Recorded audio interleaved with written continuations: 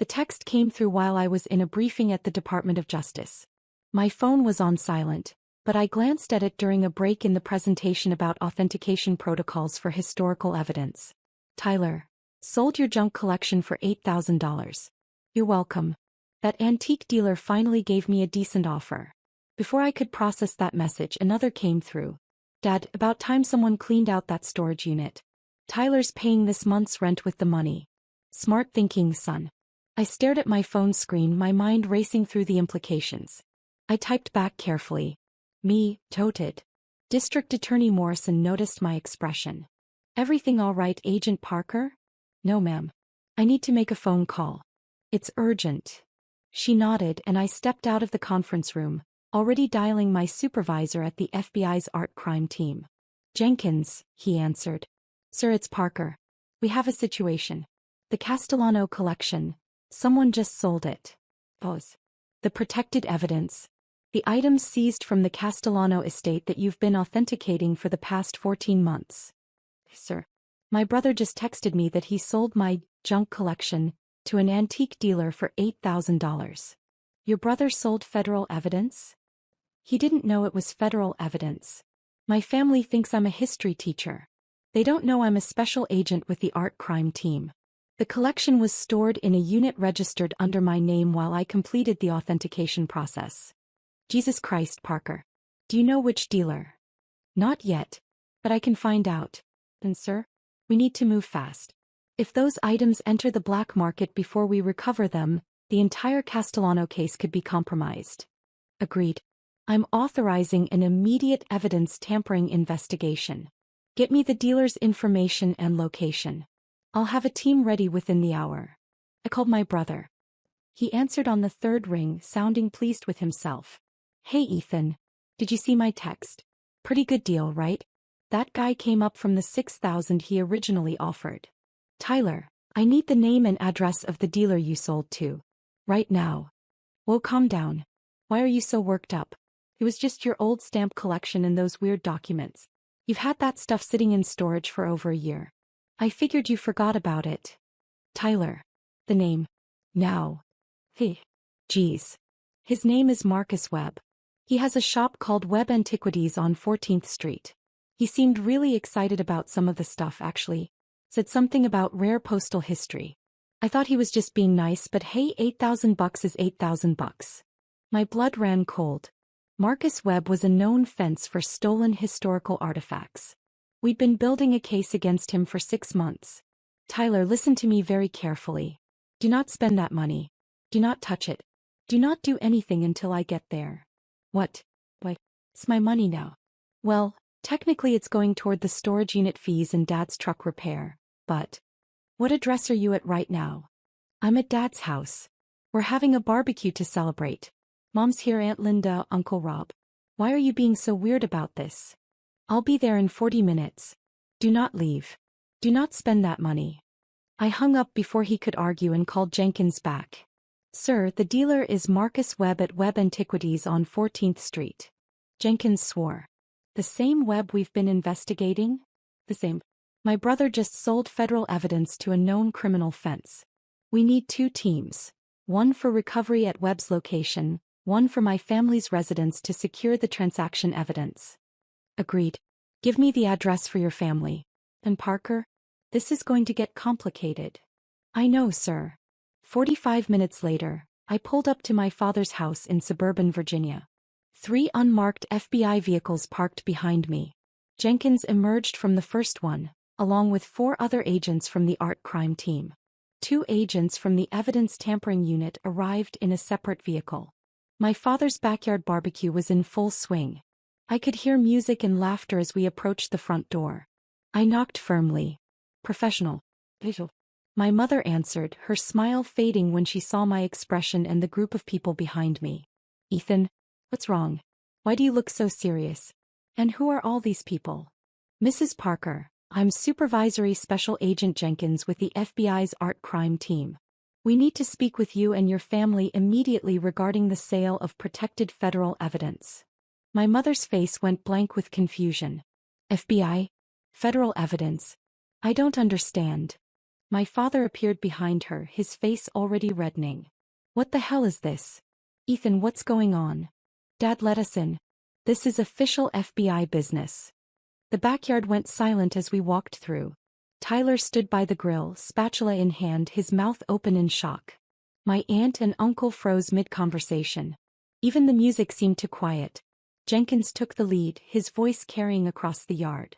I'm Supervisory Special Agent Jenkins, FBI Art Crime Team. We're here regarding items sold today from a storage unit registered to Special Agent Ethan Parker.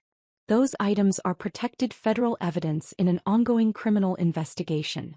Their sale constitutes evidence tampering and potential obstruction of justice. My father's beer bottle slipped from his hand, shattering on the patio. Special Agent? Ethan's a history teacher at Roosevelt High School. No, sir, Jenkins said calmly. Your son is a special agent with the FBI's art crime team. He specializes in document authentication and art fraud investigation. He's held this position for 7 years. Tyler dropped the spatula. Your FBI? Yes, I said quietly. I've been a federal agent since I graduated from the FBI Academy at Quantico. Before that, I got my doctorate in art history from Yale with a specialization in document forensics. The junk collection you sold was evidence seized from the Castellano crime family estate. Documents and artifacts worth approximately $850,000 that I've been authenticating for a major RICO case. The silence was absolute. My mother grabbed a chair for support. $850,000? At minimum, Jenkins confirmed.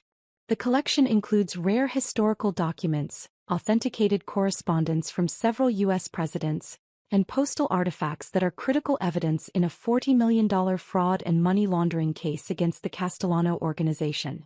Special Agent Parker has spent 14 months carefully authenticating each item and documenting their provenance for trial.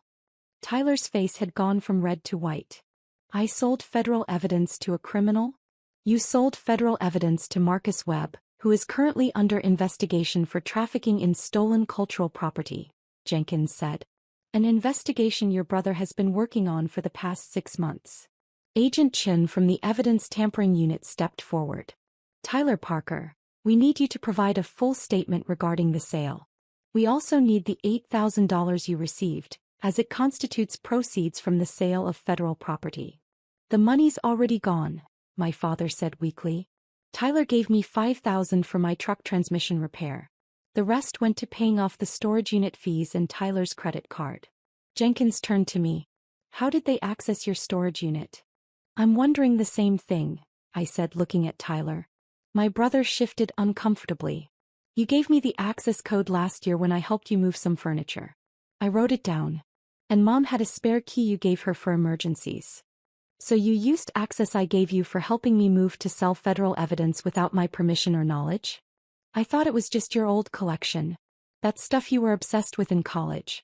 You said you were storing some personal items while you traveled for work. You never said it was evidence or that it was valuable or that you were FBI.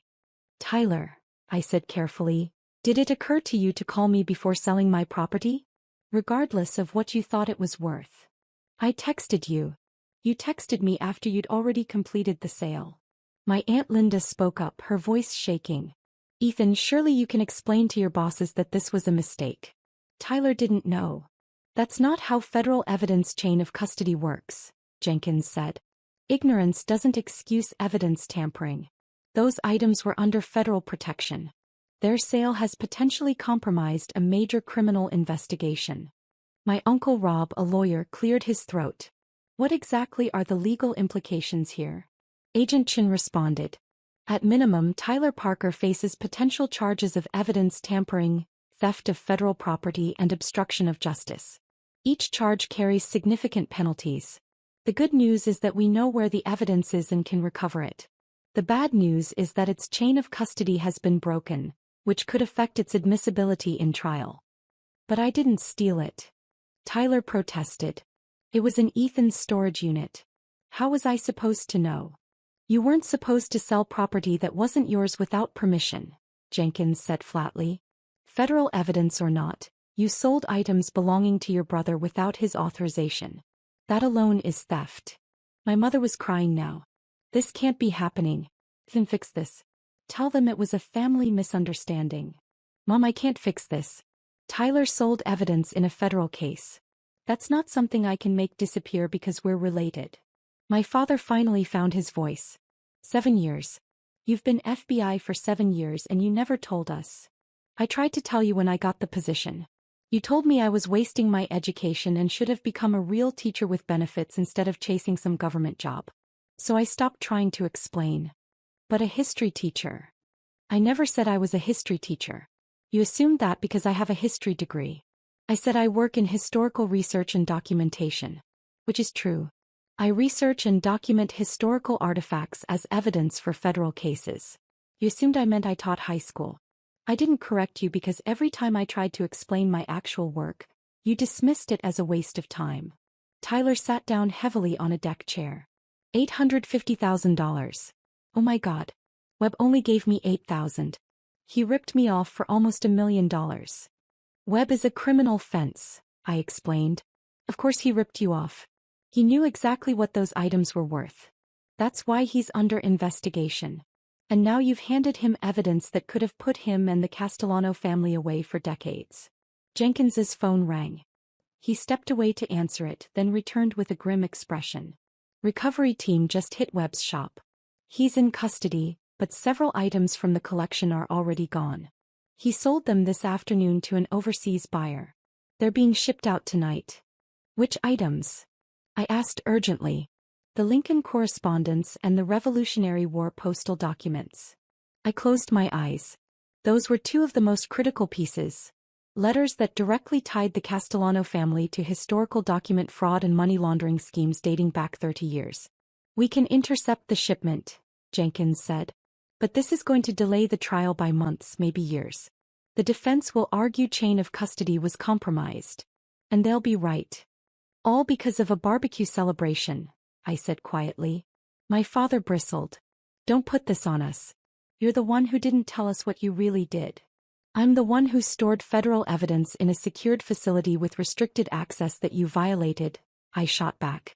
I'm the one who spent 14 months carefully authenticating and documenting every single item in that collection. I'm the one who's now going to have to explain to a federal prosecutor why evidence in his case was sold to a criminal fence because my family thought I collected junk. Agent Morrison from Evidence Tampering cleared her throat. We need to conduct formal interviews with everyone present. Tyler Parker, you'll need to come to the federal building for a full statement. Mr. and Mrs. Parker, we'll need your statements as well regarding knowledge of the storage unit access. Are we being arrested? My mother asked, her voice barely a whisper. Not at this time, Morrison said. But the U.S. Attorney will review the case and determine if charges will be filed. Cooperation will be a factor in that determination. Tyler stood up looking ill. I cooperate. I'll tell you everything. I didn't know. I swear I didn't know. Your knowledge or lack thereof doesn't change the fact that you sold federal evidence, Jenkins said. It may affect sentencing but not culpability. My Aunt Linda spoke up again. This is insane. You're going to destroy your family over some old papers. Those old papers are evidence in a case against a crime family responsible for fraud, money laundering, and 3 murders, I said sharply. And I'm not destroying my family. Tyler destroyed his own future when he decided to sell property that wasn't his without asking permission. But family should come first, she insisted.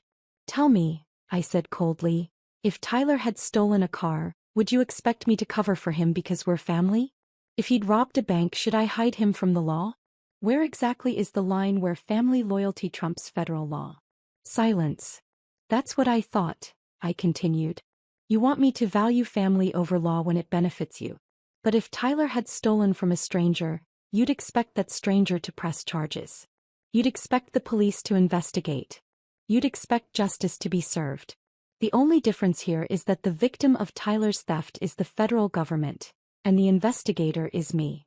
My father shook his head. I don't even know who you are. I'm the same person I've always been, Dad. You just never bothered to really look. You never asked about my work beyond the surface level.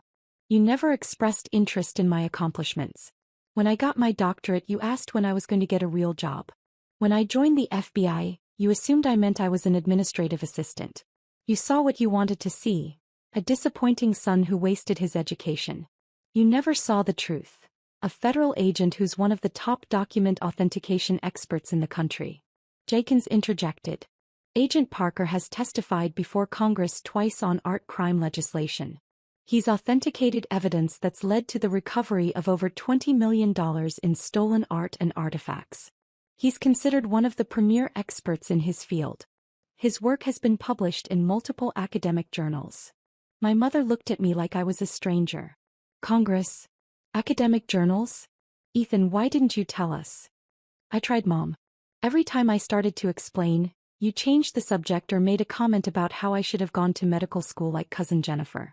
Eventually I stopped trying.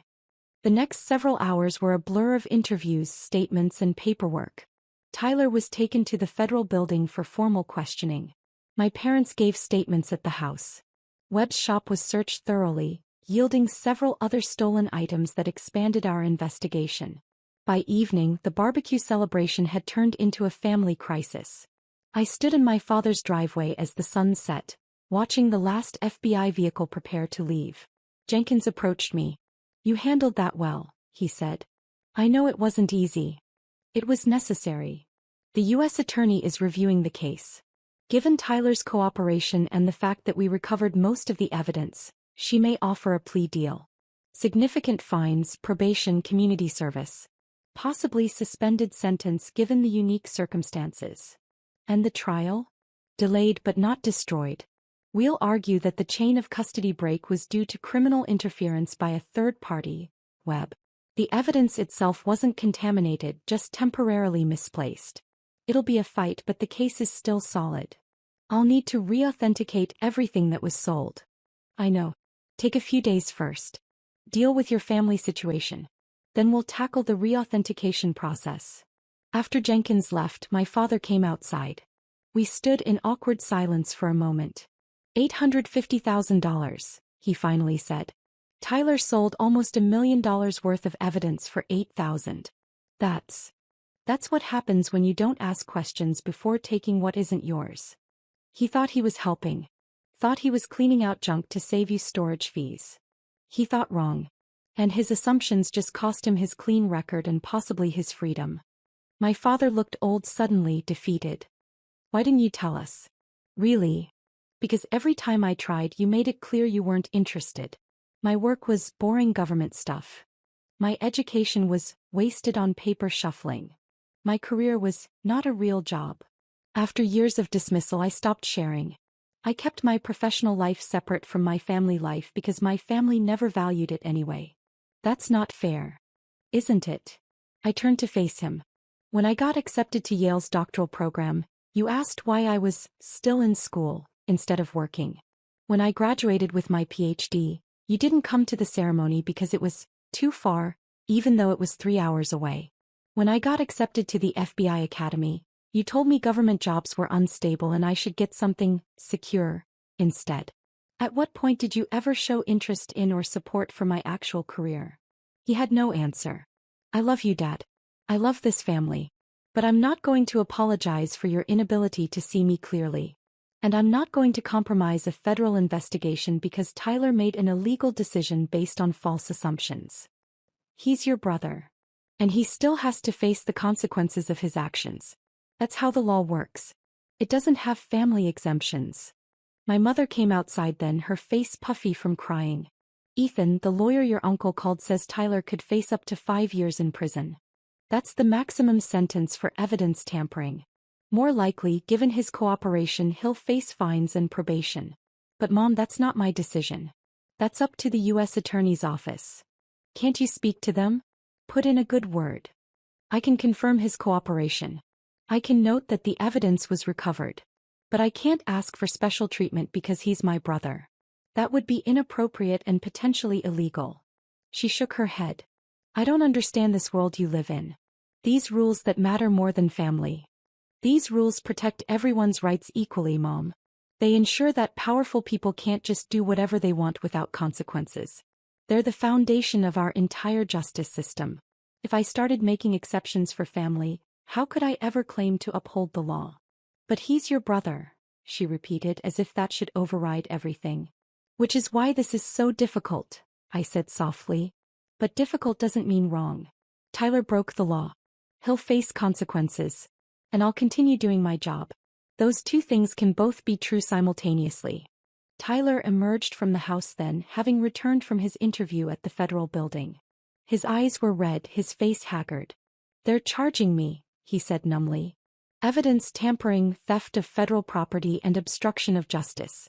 My arraignment is next week. No one spoke. I'm sorry, Tyler said, looking at me directly for the first time. I'm so sorry, Ethan. I had no idea. Thought I was helping. I thought that storage unit was costing you money for no reason. I thought.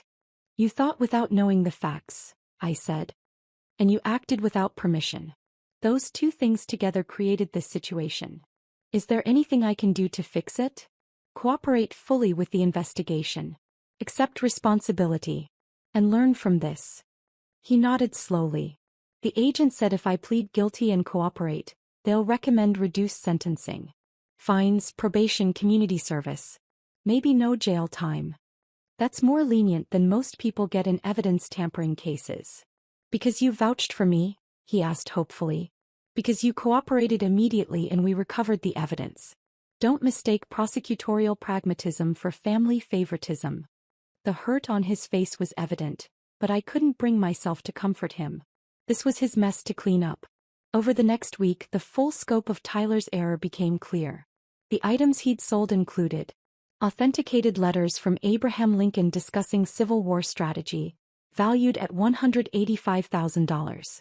Revolutionary War-era postal documents showing early American mail routes, valued at $220,000. Correspondence between presidents and crime family members, proving decades of corruption, valued at $315,000. Rare stamps and postal artifacts used in money laundering schemes, valued at $130,000. Total value, $850,000. Tyler had sold all of it for $8,000 to Marcus Webb, who immediately recognized the value and began arranging sales to overseas collectors before we could intervene. The recovery operation took 3 days and involved Interpol coordination. We got everything back, but the chain of custody was irrevocably broken. The Castellano defense team immediately filed motions to suppress the evidence. I spent 2 weeks re-authenticating every item, documenting the break in custody, and preparing reports for the prosecution team. The U.S. attorney decided the case was still solid enough to proceed, but it would be more difficult now. Tyler's arraignment came and went. He pleaded guilty to all charges in exchange for a recommended sentence of 3 years probation, 500 hours of community service, and $75,000 in fines to cover the cost of the recovery operation and re-authentication process. The judge accepted the plea deal, calling it a cautionary tale about respecting other people's property and the severe consequences of acting without proper knowledge or authority. At the sentencing hearing, I testified about the value of the evidence and the impact of its temporary loss on the case. I was professional, factual, and completely honest about how Tyler's actions had affected the investigation. Tyler's lawyer tried to paint me as vindictive. Isn't it true, Agent Parker, that your family had no idea about your career?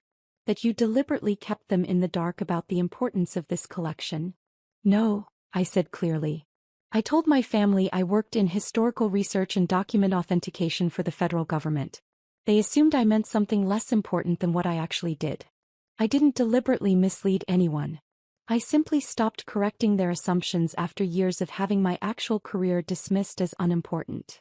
But you could have prevented this entire situation by being more forthcoming. I could also have prevented it by my brother not selling property that didn't belong to him without asking permission, regardless of what he thought that property was worth. The judge agreed, noting in her ruling that Tyler's actions would have been illegal even if the collection had been personal property rather than federal evidence. 3 months after the initial incident, I sat in a coffee shop with Tyler. It was our first private conversation since the sentencing. Probation officer says I'm doing well, he offered. Community service at the Historical Society is actually kind of interesting. They have me cataloging their archive. That's good. They know who you are, by the way. The director of the society pulled me aside last week and asked if I was related to the Agent Parker who authenticated the Castellano evidence. Apparently you're kind of famous in historical circles. My work gets published sometimes. She showed me your articles. I didn't understand half of it, but she was really impressed. Said you're one of the leading experts in document forensics in the country. I sipped my coffee saying nothing.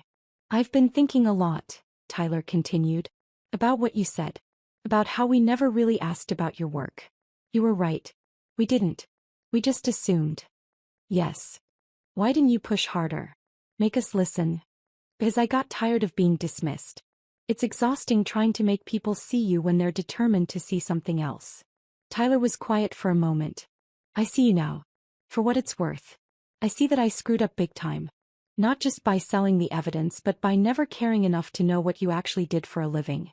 By treating you like the family disappointment when you were actually this accomplished federal agent the whole time. I'm not looking for apologies, Tyler. I know. But I'm giving you one anyway.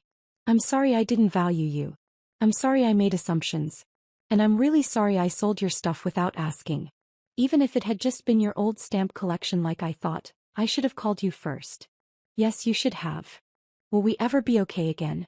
As brothers? I considered the question carefully. That depends on what you do going forward. I can forgive what happened. But I won't forget it. And I won't tolerate being treated as less important than I am ever again. Clear boundaries, Tyler. Real respect. Or we stay distant. Clear boundaries, he echoed. Real respect. I can do that. Then we'll see. 6 months later, the Castellano trial concluded. Despite the chain of custody issues, the evidence held up. Multiple members of the crime family received lengthy prison sentences for fraud, money laundering, and racketeering. The prosecutor credited my work in his closing arguments. Special Agent Parker's meticulous authentication and documentation of these historical artifacts provided irrefutable proof of the defendant's criminal enterprise. Even when that evidence was temporarily compromised, Agent Parker's thorough work ensured its validity and admissibility. I received a commendation from the director of the FBI for my work on the case. My family attended the ceremony. It was the first time they'd ever seen me in my professional capacity. My mother cried when the director described my contributions to art crime investigation over the past 7 years. My father looked stunned throughout the entire proceeding. Afterward, at the reception, my mother approached me quietly. I'm proud of you. I should have said that years ago. I'm proud of who you are and what you've accomplished. Thank you, Mom. We missed so much, she continued. So many years of your success that we just didn't see, didn't ask about. I regret that. I do too. Can we start over? Really try this time. I looked at my family, Tyler with his probation ankle monitor hidden under dress pants, my father trying to make conversation with my FBI colleagues, my aunt and uncle looking overwhelmed by the formal setting. We can try, I said finally. But it has to be different this time. You have to actually listen when I talk about my work. You have to value it even if you don't fully understand it. And you have to accept that my career isn't negotiable or dismissible. We will, she promised. We'll do better. A year later, Tyler completed his probation. He'd paid off his fines by working a second job and selling his car. He'd completed his community service hours at the Historical Society and discovered a genuine interest in archival work. They offered me a job, he told me over dinner. Part-time position in their cataloging department. Not much money, but the director says if I go back to school for a library science degree, they could make me full-time. Are you going to do it? I think so. It's weird, but all this time working with old documents and artifacts. I get it now. Why you love this stuff. There's stories in everything. History in every piece of paper. That's what I tried to tell you when we were kids. I know. I should have listened. I should have listened to a lot of things you said. My phone buzzed. A text from Jenkins. New case just came in. Renaissance paintings stolen from private collection. Authentication needed. You available? I texted back. Always. Tyler saw my expression. Another case? Another case. Go, he said. Do your thing. Save the world's historical treasures from criminals. I smiled. It's not quite that dramatic. No, but it's important. I understand that now. And I'm sorry it took federal charges and a year of probation for me to get it. Better late than never. As I drove to the office, I thought about the past year. My family relationships were still rebuilding, still fragile, but they were honest now. No more assumptions. No more dismissals. They asked about my work, attended my lectures, even read some of my published papers. Tyler's criminal record would follow him forever, but he turned it into a learning experience. My parents had spent months in family therapy, working through their tendency to favor one child over the other and their habit of dismissing things they didn't understand. It wasn't perfect, but it was real. And at the end of the day, I was still doing what I loved: protecting historical artifacts, solving crimes, and ensuring that evidence survived to tell its story in court. My family had learned an expensive lesson: that quiet competence deserves respect, that assumptions can be dangerous, and that some junk collections are actually priceless evidence worth $850,000 and a federal investigation. They'd learned it the hard way, but they'd learned it nonetheless. And as I pulled into the FBI parking garage, ready to authenticate yet another collection of stolen art, I felt satisfied. Not happy about what my family had gone through, but satisfied that justice had been served, evidence had been protected, and everyone had finally learned their lesson. Sometimes the best outcome is the one where everyone emerges changed for the better, even if the path to get there was painful.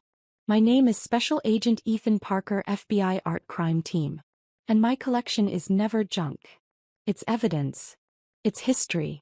It's justice. And it's worth fighting for, even when the fight is against your own family's ignorance. Because that's what integrity looks like.